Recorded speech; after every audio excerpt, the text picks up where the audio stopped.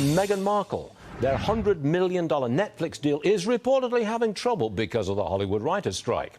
Neil Sean with me now. All right, Neil, when we say the deal is in trouble, what exactly does that mean? Good afternoon, Stuart from London. Some people might see this as a blessing, you know, because the story goes that Harry and Meghan have had to shut down production. Let me tell you the true story. This is a great PR spin by their team.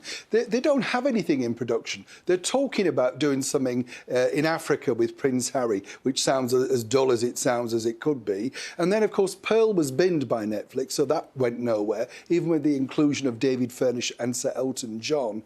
And then, of course, you know, they got snubbed recently by the Emmys. So the bottom line is they're working through things. I think the biggest thing they could do, seriously, Stuart, would be to come out and support the Hollywood strike. Perhaps that may win them back some favourable fans within the industry, because clearly there's some sort of dichotomy going on there between why they've not been nominated. It doesn't, in many people's mind, make sense, because if you have the biggest downloaded ever streaming thing in the history of that particular company and you've got nothing, that says quite a bit. So yeah, there's plenty of space yet. OK, look, I've not seen much of them. The two seem to have kept a relatively low profile. They just don't burst into the headlines much. Are they still together?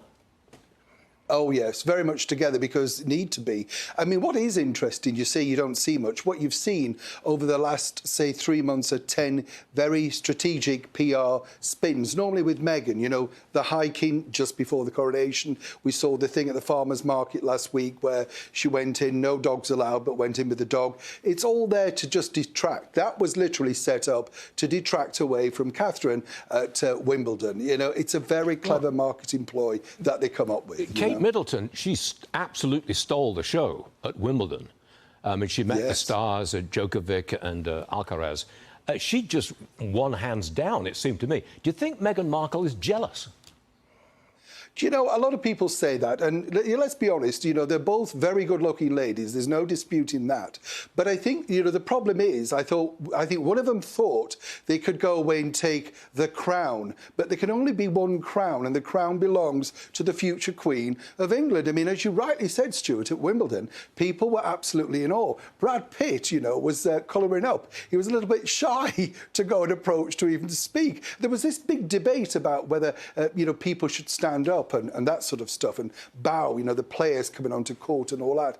A lot of people want to see the return of that, but it was actually the Duke of Kent that suggested perhaps only senior members, you know, needed to do that as the court players came on. And I would say, when you look at Catherine just turning up, looking resplendent in green, her, you know, the 3 visits that she made this year alongside Queen Camilla and, of course, Prince William, they definitely stole the show.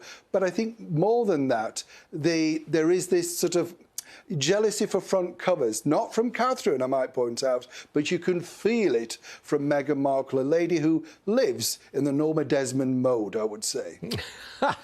Good one. Neil, that was a fine ending to a good interview. Thanks very much, Neil. I know we'll see you again soon. Good luck, man. Thanks.